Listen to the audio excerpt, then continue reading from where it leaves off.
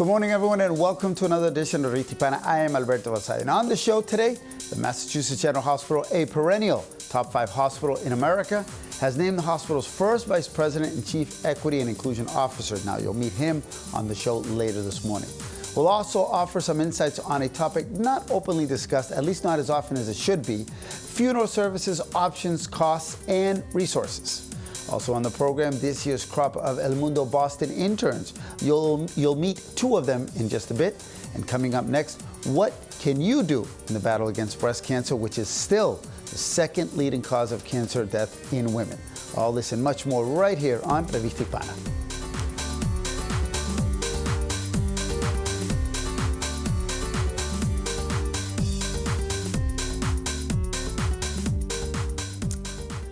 Thanks to largely stable incidence rates, improved treatment, and as well as early detection, a woman's risk of dying of breast cancer dropped 39% between the late 1980s and 2015, translating into more than 300,000 breast cancer deaths avoided during that time. Still, breast cancer is the second leading cause of cancer death in women, second only to lung cancer, and there is still a large racial gap in mortality.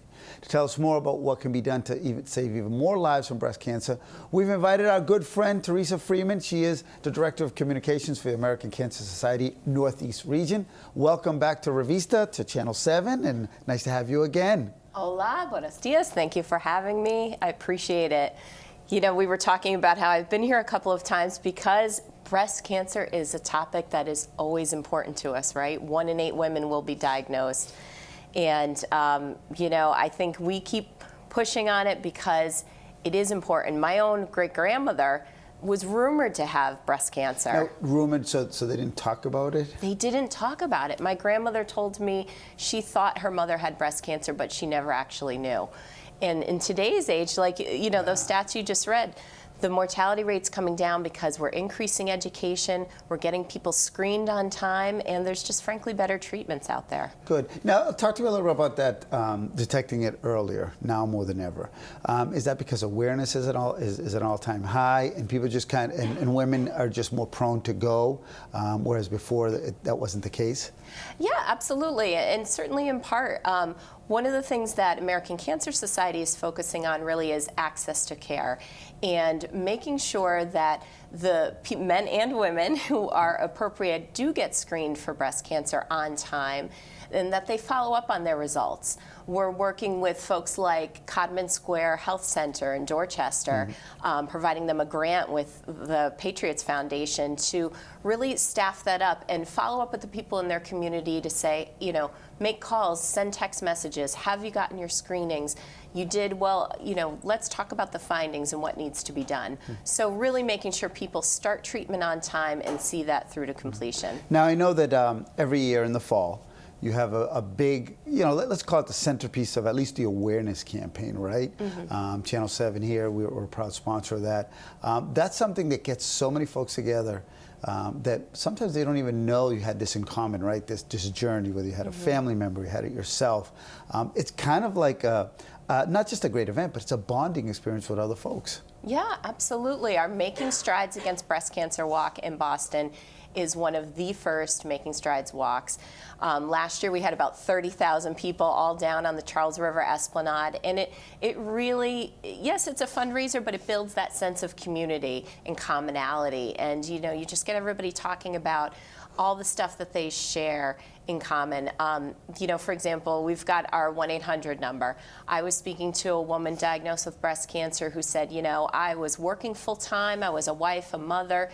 I didn't have time to worry about myself, and at 2 o'clock in the morning I would call the American Cancer Society. I think you've got the 800 number. Oh, we want to put that 800 number up in the website right now, yes. And she would say, you know, I would just cry, and it was different because they told me it was okay to be upset, and here are the ways we can help you. And if we don't have a program or service that can help you, we're going to refer you to what's going to give you the best support you need. Yeah, I went on the website and I saw that you guys stressed that if you want information, this is the place to be. This is the place to come to, right? Your website, because a lot of the information and the resources you guys, you folks offer are free. It's completely free.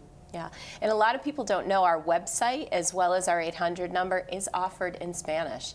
in several languages. That's right, I did see that, yes. You know, and it's available 24 hours a day, every day of the year, to give people the information they need, but also a listening ear and understanding. Now, I know that the event is a fundraiser too. Yeah. So I know that it's important for folks to know where this money goes to, because I know it's going in unbelievable research. You were just talking about the amazing things that are happening right here in Boston. Absolutely. You know, a lot of people do know the Society for its research. Right now in 2019, we've got $64 million invested in breast cancer research across the U.S., and 12 million of that is right here in Massachusetts. We invest in researchers like Dr. Darren Roblier, who's at the Boston University School of Engineering. He's created a wearable device that allows breast cancer patients to know in real time if their chemotherapy is working, so their doctors can make adjustments as they need to.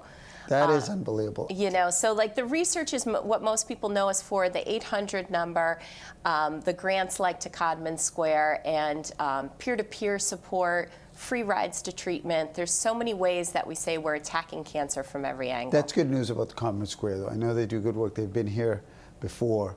And that's one of many partnerships that you have in the community. Absolutely. We work also with about 120 different hospitals all around the state, dozens and dozens of federally qualified health centers as well, to make sure they have the latest breast cancer screening guidelines, the latest information, all the materials, even just as simple as posters and brochures, to let their patients know when they should be getting screened and what's available to them. Very good.